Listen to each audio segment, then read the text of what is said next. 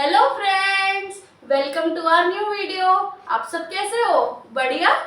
तो आज की इस वीडियो में मैं आपको एक्सप्लेन करने वाली हूँ जो सीबीएसई का नया वेबसाइट पे आया हुआ सेकेंड बोर्ड एग्जामिनेशन का अपडेट है जो बहुत इंपॉर्टेंट है, वो आज मैं एक्सप्लेन करने वाली हूँ। तो क्या क्या अपडेट्स आए वो आज की इस वीडियो में अपन देखते हैं। तो central board of secondary education ने हमको अपडेट दिया है। ये आया था 17 मार्च 2026 को, तो अभी फ्रेंड्स आया है ये। और इसका सब्जेक्ट है submission of list of candidates LOC। तो इसका सबमिशन करना है किसका, लिस्ट ऑफ कैंडिडेट्स का। अभी आगे बढ़ते हैं।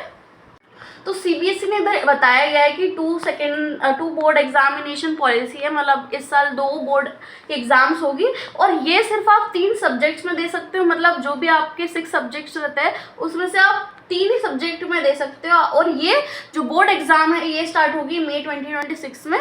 तो ये इधर पहले इसमें दिया गया है। तो आपको LOC सबमिट करनी है आपके स्कूल में, मतलब जो भी आपका स्कूल रहेगा उधर जाकर आपको LOC सबमिट करनी है। अभी कब करनी है, कैसे करनी है, वो आपको नेक्स्ट पेज में हम बताते हैं। तो फीस आपको 2 पार्ट्स में दी गई है, एक नॉर्मल फीस और एक लेट फीस। अभी नॉर्मल फीस कब देनी है और लेट फीस कब देनी है मैं आपको आगे बताती हूँ। अब एक्चुअली है ना, यहाँ पर 3 इसमें दिया है, इंडिया, नेपाल और अदर कंट्रीज। तो अपन इंडिया में रहते हैं तो इंडिया की बात करेंगे। तो इंडिया में अगर आप एक कैंडिडेट हो और एक सब्जेक्ट देना है आपको तो 320 रुपीज़ एक सब्जेक्ट के लिए लगेंगे। और अगर आपको तीनों सब्जेक्ट के लिए देना है तो आपको 960 टोटल देना पड़ेगा तीनों सब्जेक्ट्स के लिए।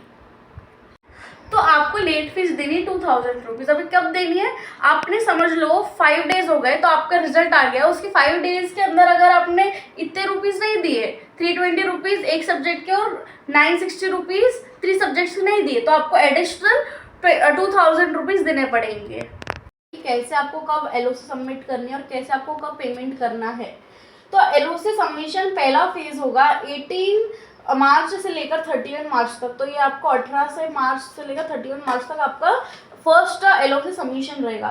सेकेंड जो एग्जाम फी पेमेंट है, जो पहला फेज रहेगा, तो आप पहली बार एग्जाम दे सकते हो। जैसे समझ लो रिजल्ट हुआ उसके नेक्स्ट दिन से 5 दिन के अंदर आपको आपका पेमेंट देना है एग्जाम का। और फिर सेकंड आता है LOC सबमिशन सेकंड फेज। तो मतलब आपको LOC सबमिशन का दूसरा फेज मिलेगा। ये भी क्या है, 5 days from the day of declaration of result for 5 days. तो 5 दिन के अंदर आपको LOC सबमिशन करना है। फिर एग्जामिनेशन फीस पेमेंट।